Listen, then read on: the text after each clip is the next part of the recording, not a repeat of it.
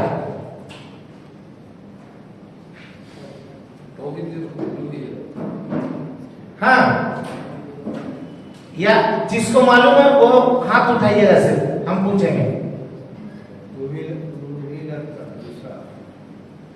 بولیے ایک بار پھر یہ ہے پہلا مسئلہ، اللہ تعالیٰ نے ہمیں پیدا کیا، وہی ہمیں رزق دیتا ہے، اور اس نے ہمیں یوں ہی بیکار نہیں چھوڑ دیا بلکہ ہماری رشد و ہدایت کے لیے رسول بھیجا۔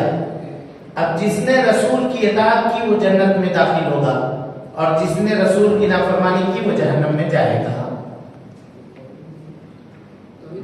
ہاتھ اٹھانا ہے، ہاتھ اٹھانا ہے، ہاتھ اٹھانا ہے، بس ہم پوچھیں گے۔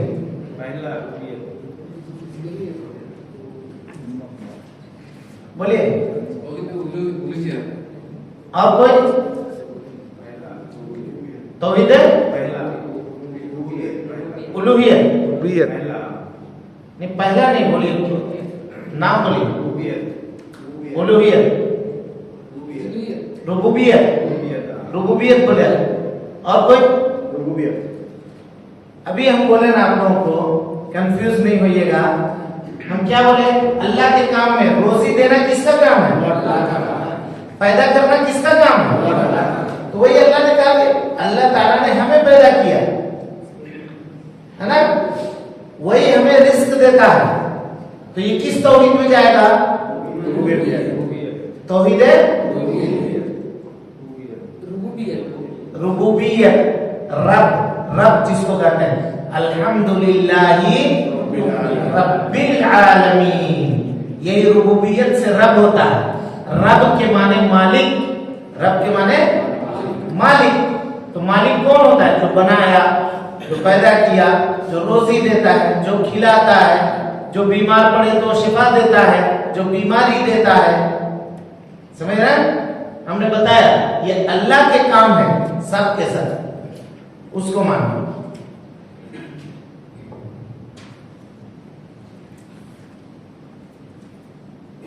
چلیں آگے بڑھیے، اس کی دلیل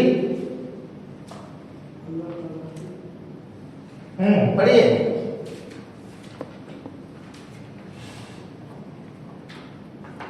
اس کی دلیل اِنَّا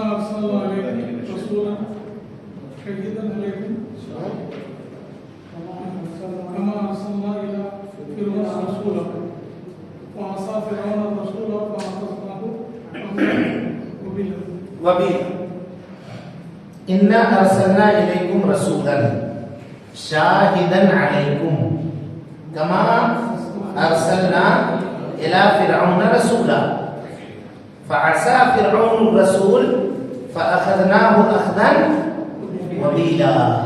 اللہ تعالیٰ کہتا ہے ہم نے تمہارے طرف رسول بھیجا۔ اِنَّا أَرْسَلْنَا إِلَيْكُمْ رَسُولًا، یہاں رسول سے مراد کون ہے؟ رسول سے مراد کون ہے؟ محمد صلی اللہ علیہ وسلم، محمد صلی اللہ علیہ وسلم۔ اے لوگو ہم نے تمہارے طرف رسول بھیجا، شاہدن علیکم، جو تمہارے اوپر گواہ ہیں، کما ارسلنا الی فرعون رسولا، جیسا ہم نے فرعون کے طرف رسول بھیجا تھا۔ فرعون کی طرف کس کو بھیجا تھا؟ موسیٰ علیہ السلام کو۔ ہماری طرف کس کو بھیجا تھا؟ محمد صلی اللہ علیہ وسلم۔ پہلے رسول سے مراد، یعنی آیت میں پہلا جو رسول ہے لفظ لکھا ہوا، اس سے مراد محمد صلی اللہ علیہ وسلم، اور دوسرا رسول سے مراد موسیٰ علیہ السلام۔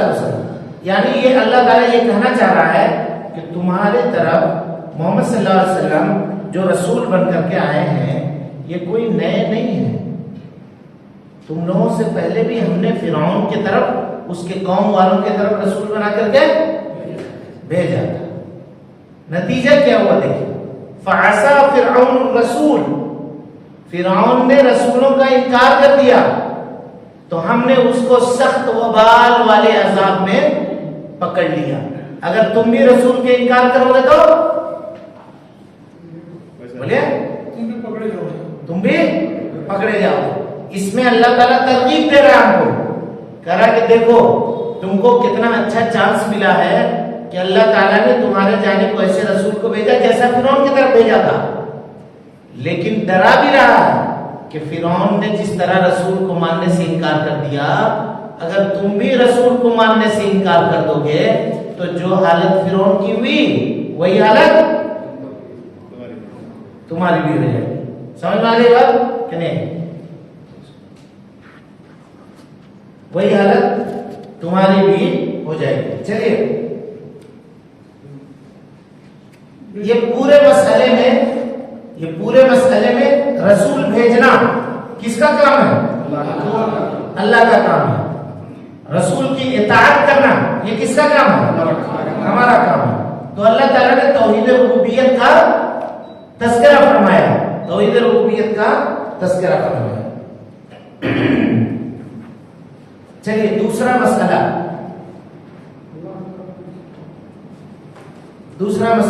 اللہ تعالیٰ اس بات کو ناپسند فرماتا ہے کہ اس کے ہاتھ عبادت میں کسی کو شریک کیا جائے, جی, خواہ وہ کوئی برگزیدہ فرشتہ یا کوئی نبی و رسول ہی کیوں نہ ہو. جی, اور اس کی دلیل اللہ تعالیٰ کا یہ فرمان ہے ان المسجد للہ فلا تدعوا مع اللہ احدا, اور مسجدیں صرف اللہ کے لیے خاص ہیں, بس اللہ کے ساتھ کسی اور کو نہ پکارو. یہاں دیکھیے غور سے, سارے لوگ سن لیے, سبق سنائی دیا آپ لوگوں کو آخر تک. جی, اللہ تعالیٰ اس بات کو ناپسند کرتا ہے کہ اس کی عبادت میں کسی کو شریک کیا جائے. اللہ تعالیٰ کیوں ناپسند کرتا ہے بھائی؟ وہی صرف عبادت کے لائق ہے, وہی صرف عبادت کے لائق ہے.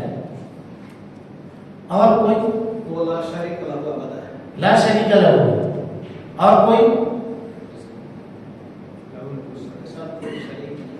بالکل. جب اللہ تعالیٰ ہم کو بنانے میں کسی کو شریک نہیں بنایا, ہم کو روزی دینے میں اپنا کوئی پارٹنر نہیں بنایا, تو ہم اگر کسی دوسرے کو اس کے لیے پارٹنر بنائیں گے تو وہ ناراض ہوگا یا نہیں ہوگا؟ اس کی ایک مثال میں دیتا ہوں. آپ کے پاس آپ کا کوئی نوکر ہے, آپ اس کو اپنے دکان میں رکھے ہوئے ہیں, صبح سے 9 بجے سے اس کی ڈیوٹی لگتی ہے شام کے 6 بجے تک. ایک مثال دے رہا ہوں میں آپ کو, اور شام کے 6 بجے آپ اس کو ایک دن کا جو پیسہ ہوتا ہے 200-300 روپے دے کے اس کو جانے دیں. وہ کیا کرتا ہے, آپ کی دکان میں آتا ہے, تھوڑی دیر کام کیا, پھر نکل کر کے بازو والے دکان میں جا کر کے کام کرتا ہے پورا, اور شام کے وقت آپ کے پاس آتا ہے پیسہ لینے کے لیے. کیا کریے گا آپ اس کو؟ جا کے اس سے پیسہ بولیے گا نہیں بولیے؟ تو کام کیا میرا نہیں کیا. اب بولیے گا اگر ویسا ہے تو آدھا میرے سے کیا آدھا اس سے کیا, تو جا آدھا پیسہ اس سے مانگ, میں 150 دے رہا ہوں تم کو, 150 اس سے مانگ. یہاں وہ مسئلہ بھی نہیں ہے.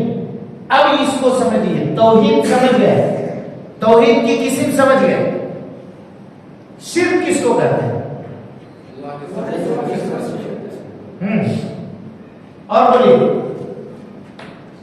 اللہ کو مانتے ہوئے ہاں کسی دوسروں کے پاس شرک یا جو اللہ سے جو کرتے ہیں, سجدہ کرنا, دعا کرنا, مانگنا, جو بھی چیزیں عبادت میں ہوتی ہیں وہ دوسروں کے ساتھ کریں. جی جی, شرک کے اصل معنی ہوتے ہیں ملانے کے.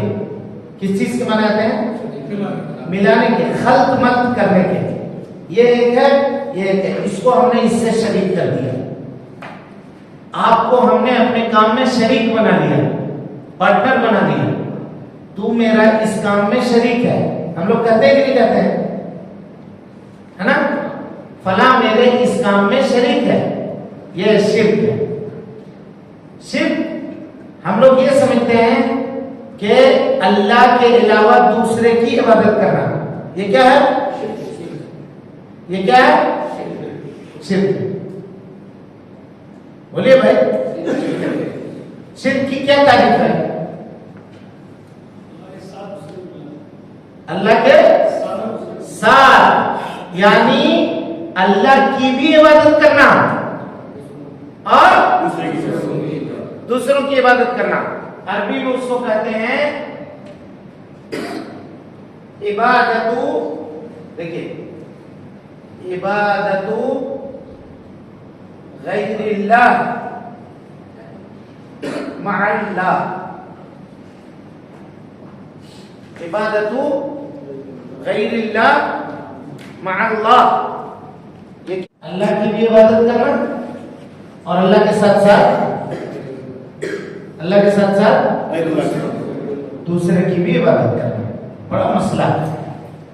اب آپ کسی سے یہ کہیے تم شرک کرتے ہو، کہے گا میں کہیں شرک کرتا، 5 وقت جا کے نماز پڑھتا ہوں، میں جی مسجد میں نماز پڑھتا ہوں، یہ کرتا ہوں، وہ کرتا ہوں۔ مزار پہ جاتے ہو؟ کہا کہ ہاں مزار پہ جاتے ہیں۔ کیوں جاتے ہو مزار پہ؟ کیوں جاتے ہیں؟ تو اس لیے کہ ہم گنہگار ہیں، ہم اپنی بات اللہ تک نہیں پہنچا سکتے، تو یہ مزار والے ولی پیر بزرگ یہ ہماری باتیں لے جا کر اللہ کو پہنچاتے ہیں۔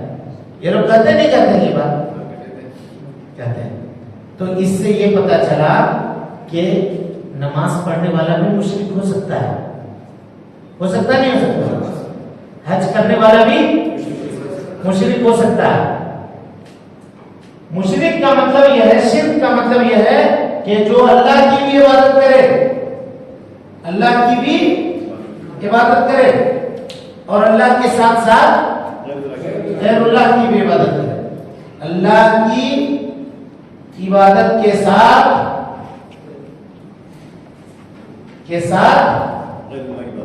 غیر اللہ کی عبادت کرنا۔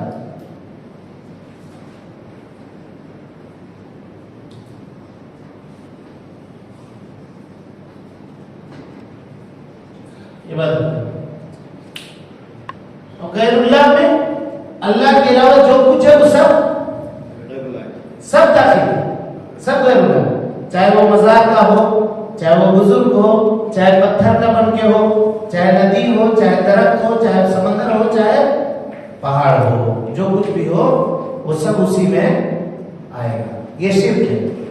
دیکھیے اللہ تعالیٰ اس بات کو ناپسند فرماتا ہے کہ اس کی عبادت میں کسی کو شریک کیا جائے، اس کی عبادت میں کسی کو شریک کیا جائے۔ اب یہاں آئیے، عبادت کا کیا معنی ہے؟ عبادت کس کو کہتے ہیں؟ نماز پڑھنا ہے، روزہ رکھنا ہے، عبادت ہے جی، روزہ عبادت ہے، جی اور بولیے ہر نیکی عبادت ہے، ہر نیکی خالص اور بھلائی کا کام نیکی عبادت ہے، ہر نیکی اور بھلائی کا کام عبادت۔ ابھی اس کو نہیں سمجھیے، پھر اس کی تفصیل آگے چل کر کے عبادت کی تفصیل آپ کے سامنے آئے گی، وہاں پر اس کو آپ واضح کریں گے۔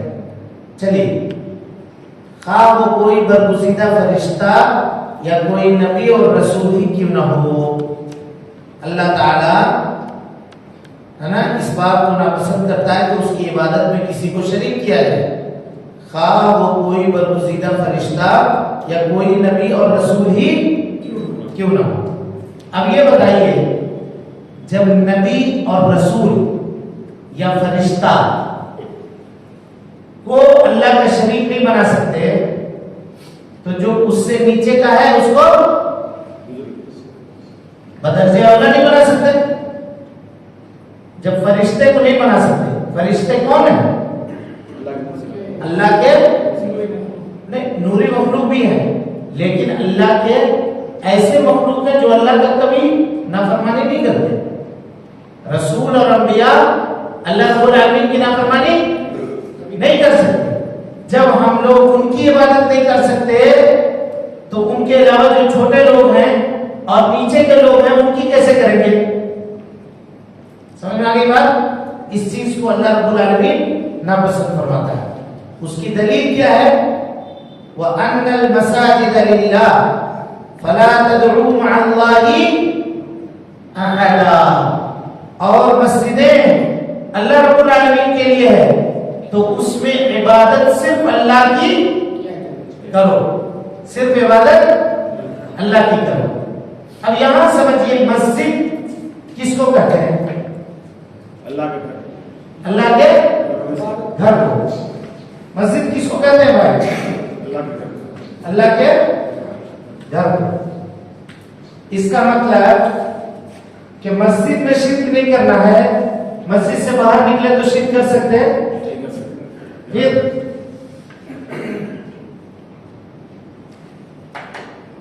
پھر کیسا ہوتا بولیے؟ مسجد کس کو کہتے ہیں؟ اللہ کی عبادت کی جگہ. مسجد سجدہ کرنے کی جگہ.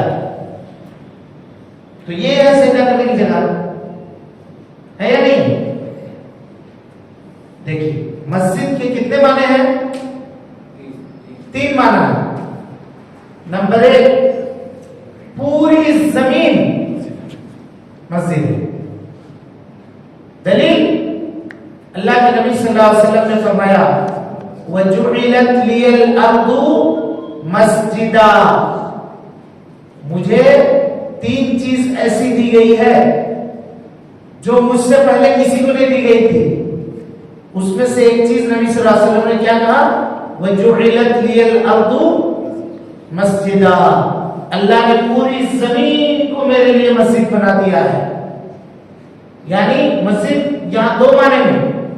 ایک تو وہاں سے طہارت حاصل کر سکتے پوری زمین سے، وَجُعِلَتْ لِيَ الْأَرْضُ مَسْجِدًا وَطُهُورًا، نماز پڑھنے کی جگہ اور پاکی حاصل کرنے کی جگہ.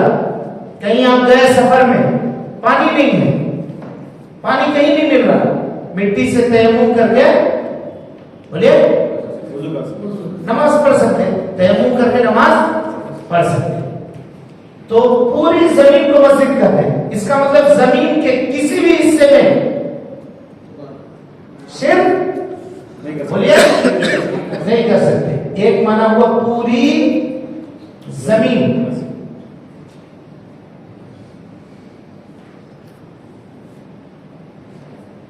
مسجد کا دوسرا معنی بولیے.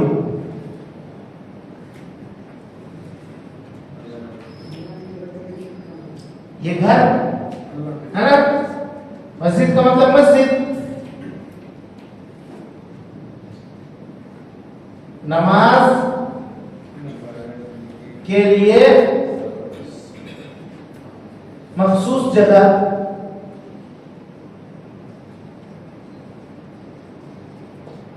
مخصوص جگہ مسجد ہے جہاں ہم لوگ بیٹھے ہوئے ہیں. ٹھیک ہے. اور مسجد کا تیسرا معنی ہاں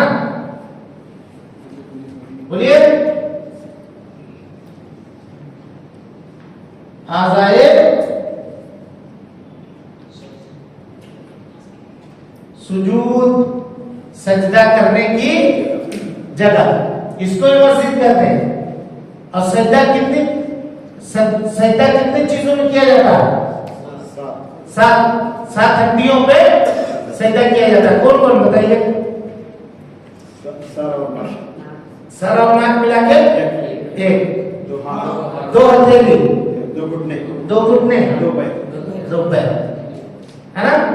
یہ پورے ملا کے 7. تو اس کو بھی مسجد کہتے ہیں جس کے ذریعے سے سجدہ کیا جاتا ہے، جس پر سجدہ کیا جاتا ہے. اور جس پر سجدہ کیا جاتا ہے اس میں پوری زمین بھی آتی ہے. اور اس طرح سے خاص طور پہ بنائے گئے یہ مسجد بھی اس میں آتے ہیں. یہ مسجد بھی اس میں آتے ہیں. مسجدیں صرف اللہ کے لیے خاص ہیں. بس اللہ کے ساتھ کسی کو نہ پکارو، اللہ کے ساتھ کسی کو نہ پکارو. یہ اتنی بات آپ لوگوں کو سمجھ میں آئی ہے ابھی تک کہ نہیں آئی؟ ابھی جو درس پڑھے سبق پڑھے اس کی کوئی خلاصہ پیش کر سکتا ہے؟ بتائیے کیا پڑھے؟ توحید کے بارے میں توحید الوہیت، توحید ربوبیت، جی، توحید اسماء و صفات، تو یہ پورا ملا کے توحید کہتے ہیں یہ تین. جی جی.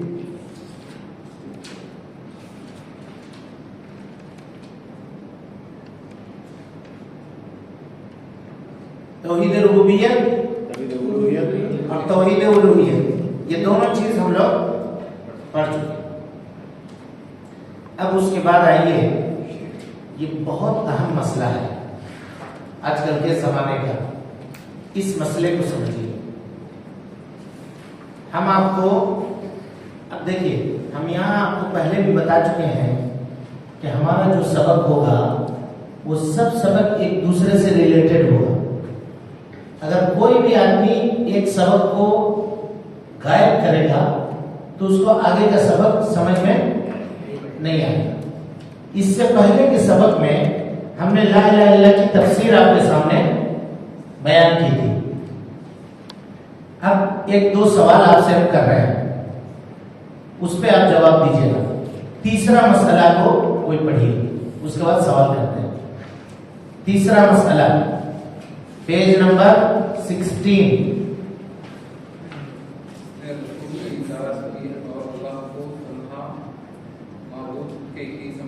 جی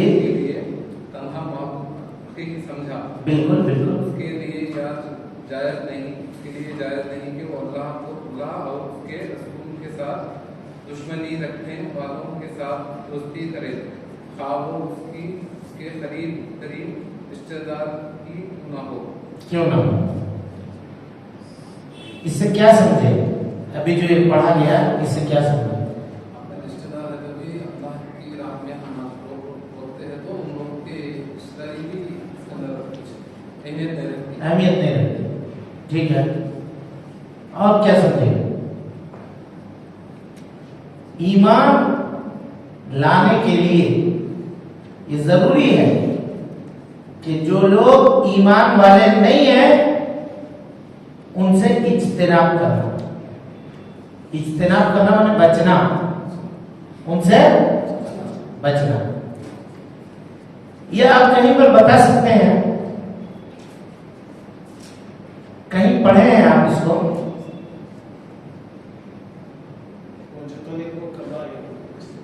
اور بولے، ہم آپ کو کہہ رہے ہیں کہ ہم اس کو پڑھا چکے ہیں پہلے. لا الہ الا اللہ کہاں پہ پڑھے ہیں بتائیے؟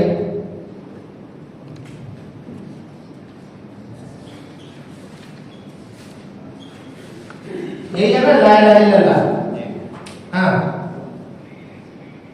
اس میں کہاں لکھا ہوا ہے؟